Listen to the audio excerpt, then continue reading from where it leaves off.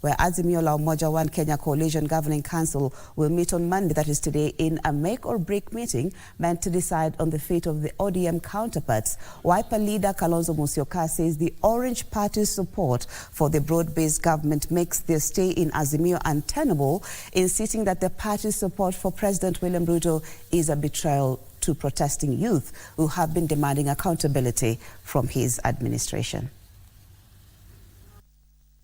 Days after appearing to soften his stance regarding his engagement with the ODM leader Raila Odinga, Wiper Party leader Kalonzo Musyoka is now accusing ODM of betraying the Gen Z protesters.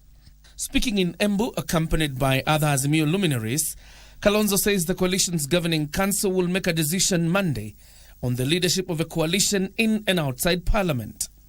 Formation of the so-called government, broad-based government, which has not taken into account the concerns of the Gen Z. We think that that is an act of futility. It is a betrayal, actually a betrayal. It's like kicking the youth on their teeth. Na kuambia mutadu. We must, and we are going to tell Kenyans within this week as we hold our Azimio Council meeting, that part of us who are going into government will be released to join government. And we will remain under the leadership of Stephen Kalonzo Musyoka as Azimio to fight for the people of Kenya. Kalonzo says while the other constituent parties will continue to check the government, the Orange Party has already joined the executive and can't therefore play the role of effective opposition. Sisi tumeamua kwamba tutakuwa wapinzani wa dhati bila kusita, kwa sababu nchi yenyewe inatarajia kwamba we stand strong. Na Wakenya mtuamini.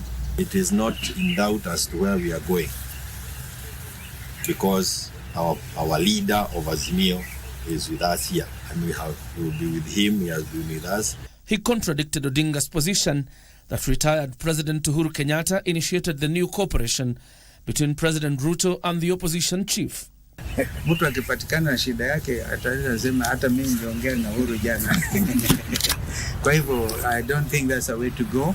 The Azimio leaders criticized the government over plans to revisit the finance bill and reintroduce it to Parliament, and called on the judiciary to stay on guard and protect the interests of Kenyans. Because with a captured Parliament, with the tyranny of numbers that they now have, with the new taxes that are coming, the judiciary is the last line of defense. If you introduce a road toll on Thika Superhighway, what are you trying to do? You are raiding further the people's pockets. The leaders are holding a series of meetings in the Mount Kenya region as they seek to woo the vote-rich region to back Kalonzo's stab at the presidency in 2027. Thank you, JJ Curia. Now to matters education, where President William Ruto has defended the university funding model, maintaining it will aid families pay fees for their children in institutions of higher learning. Now speaking during the 42nd graduation ceremony of the University of Eastern Africa Baraton in Nandi County, the head of state maintained that the decision taken by his administration will continue facing opposition, but assured parents they will appreciate the model down the line. Ruto further stated that the scholarships available for first years set to join their respective institutions in September has increased from 80% to 95% to cushion the vulnerable households. The 42nd graduation ceremony of the University of Eastern Africa Baraton in Nandi County. I must say that it is the first time ever that I have accepted a honorary degree from any university. Here, President William Ruto, alongside newly appointed Education Cabinet Secretary Julius Migoso Gamba, county bosses and other high-ranking government officials continue to drum up support for the new university funding model. We need a funding model that is not focused on the university, but focused on the student. The president saying that this is not the first time he has taken drastic measures to revitalize the education sector, especially in varsities. And that is why, in this new model, We are increasing scholarship and loan for students from vulnerable families from 80% to 95%. As it was difficult before, so it is now, but the right decisions need to be made anyway. We will celebrate them further down the road. This as Education Cabinet Secretary Julius Migos Ogamba maintained that the ministry, while reforming the model, will also seek to address concerns raised by stakeholders and parents alike. We are also implementing various reforms that are designed to enhance access, equity, and quality across all the levels of our education system. These include the student-centered funding model for higher education. Your Excellency, we have reoriented the processes under the funding model to make it more responsive to stakeholder concerns.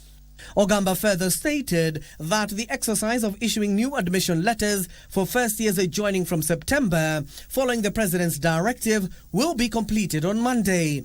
As we gather here today, students due to join universities are receiving their revised admission letters, clearly indicating their respective household contributions to their fees.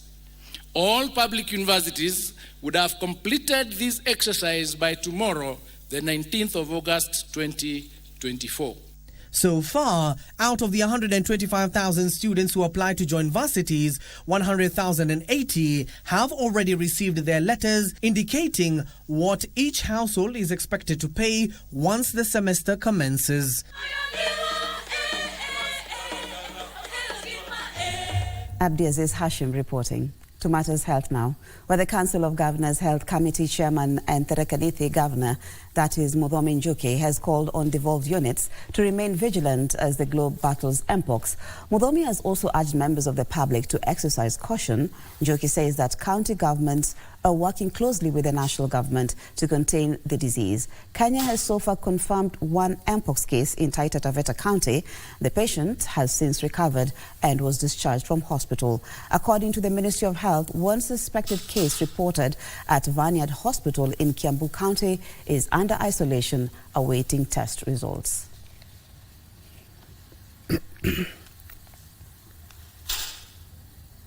Na ile ugonjwa inakaa kama ile kidhukuo, ile smallpox. Kama ametravel kutoka Nairobi, kutoka Mombasa na pale ingine, tumesema vile tulikuwa tunafanya wakati wa corona, tunamfanyia isolation mpaka apone, kwa sababu akishikisha kijiji mzima itakuwa shida. So right now tunaomba muendelee kunawa mikono, kutumia sabuni, na wale wanapatikana nayo usiseme huyu ni wetu, wacha tumfungie blanketi ndio waonyeshe mapenzi, lakini they must be isolated ili isishike kijiji mzima, hospitali zetu zijae kuliko vile zinafaa kukua. And from there we head to the Senate, where senators are set to convene today for a special sitting in which they will canvass the proposed removal from office of Meru Governor Kawira Mwangaza. Also in his entry will be to adopt or reject the nomination of Douglas Kanja as the Inspector General of Police. Ben Chumba with details of Senate's intensive entry for the next 2 days that will see them determine the political fate of Governor Kawira Mwangaza, who will appear before them for the third time in 2 years to defend herself following her impeachment by the County Assembly. Will as many as of the contrary opinion say nay?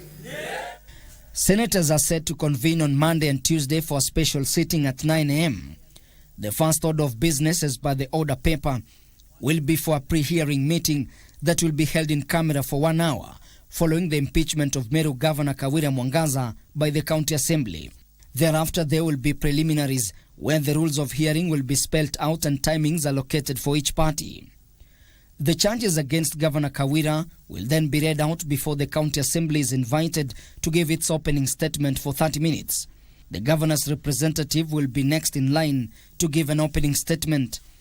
The afternoon session will commence at 2:30 p.m. with the County Assembly providing evidence of witnesses, if any, cross-examinations and re-examinations, which will run for 4 hours until 6:30 p.m. The Tuesday session will commence at 9 a.m. with the governor or her representative taking to the floor. The session will continue for 4 hours until 2 p.m. The afternoon session Tuesday is reserved for questions or clarifications by senators before closing statements are issued and senators vote to either uphold her impeachment or reject it. Kawira is facing charges of gross constitutional violations, misconduct and abuse of office. She previously survived impeachment motions in November 2023 and December 2022, despite 5 total attempts by the County Assembly to remove her. If the Senate votes to uphold her impeachment, she will be removed from office and her deputy takes over. Conversely, if the charges are rejected, the Senate Speaker will inform the Meru County Assembly Speaker. Should the charges be dismissed, any subsequent attempt to introduce the same allegations in the County Assembly can only occur after a 3-month period. Ben Chumba reporting there. Police in Kayole are investigating an incident in which a man of the cloth is reported to have escaped with rent arrears. Now, the pastor of the Church of Revolution of Jesus Christ in Kayole, North Corner Mbaya area, is alleged to have demolished the structure that housed the church and made away with the iron sheets in the middle of the night. The landlord, Diana Maina, says the church owes her a total of 358,000 shillings, which includes the rent arrears and the cost of the structure that was demolished. She says attempts to report the pastor to the area chief over the rent arrears did not bear fruit. Police have since launched investigations to trace his whereabouts.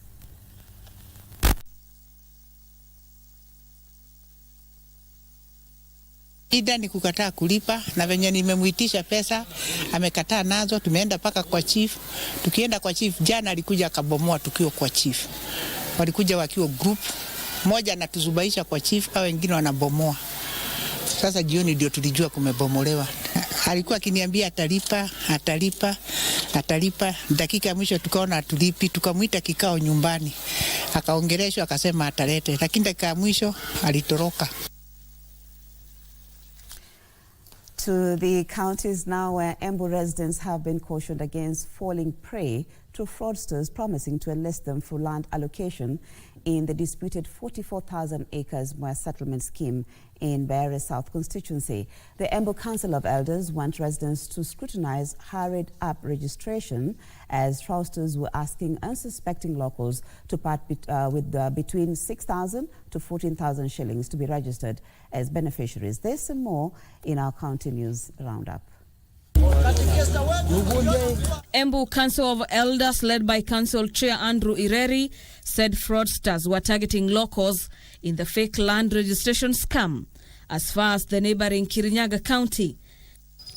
Kwa hivyo wale wanadanganywa wajihadhari wakiambiwa ati watoe pesa hizo, sekretari amesema wanjue kuna waragai ambayo wamejitokeza wakati huu na tunakanya watu. Cautioned residents to be alerted to avoid being duped. Mtu asitoe pesa yake, na mtu akitaka kujua mambo kamili aende kwa sisi Warandi.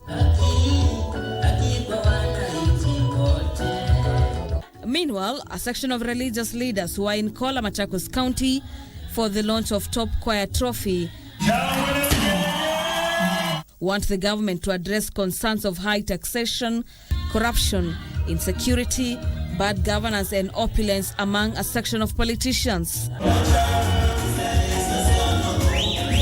Ni serikali isingatie yanayofaa nchi yetu. Kwa hivyo ni wajibu wa serikali ishughulikie mambo yake.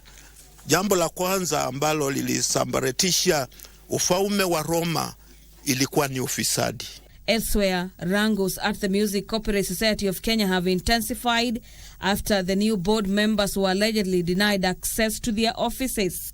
The board, who are said to have been harassed and assaulted by hired goons, have blamed the Chief Executive Officer Ezekiel Mutua for their ordeal.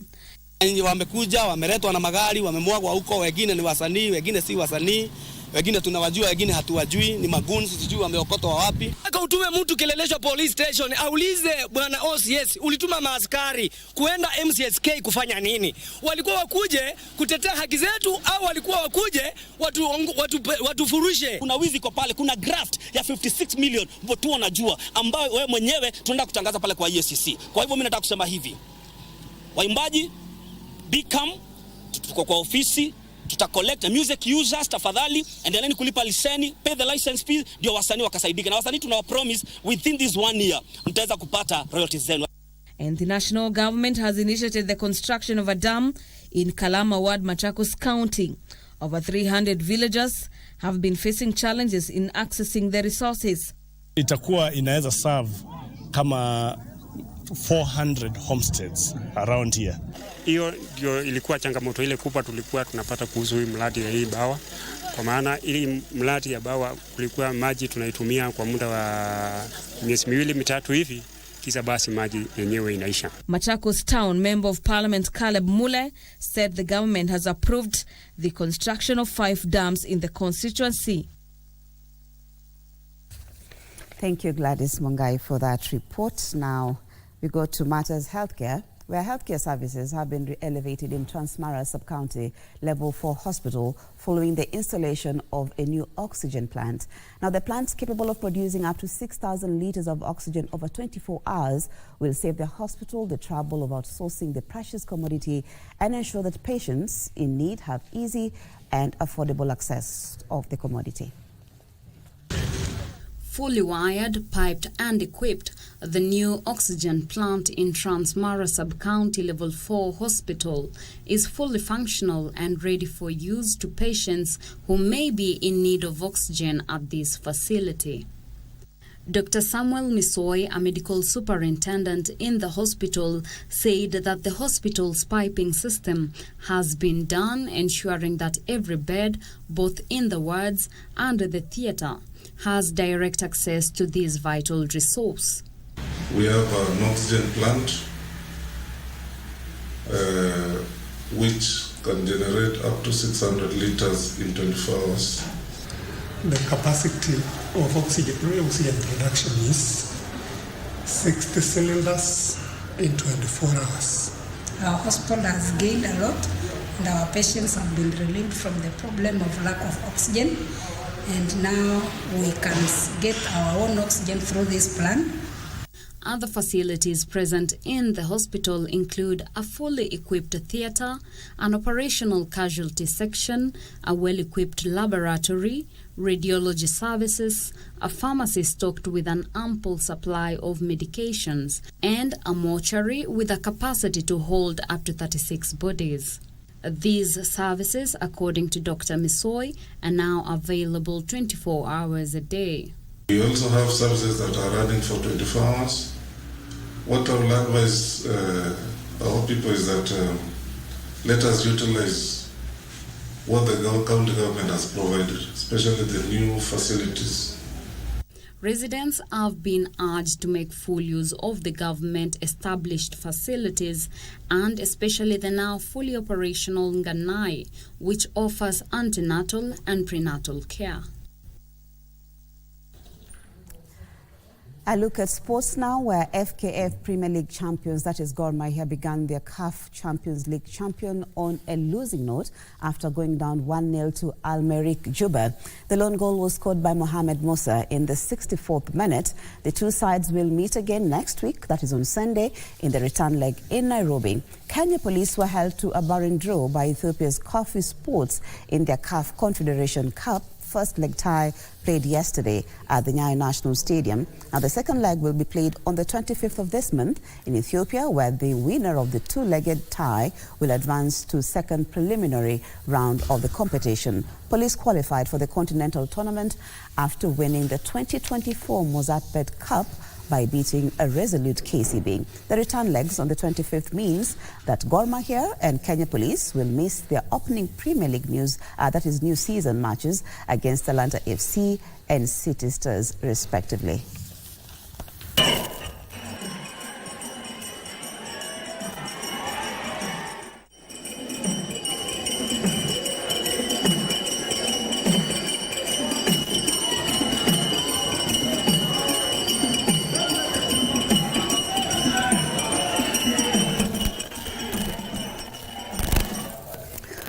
Well, that story brings us to the end of the news this morning. Thank you so much once again for making the time for us this morning.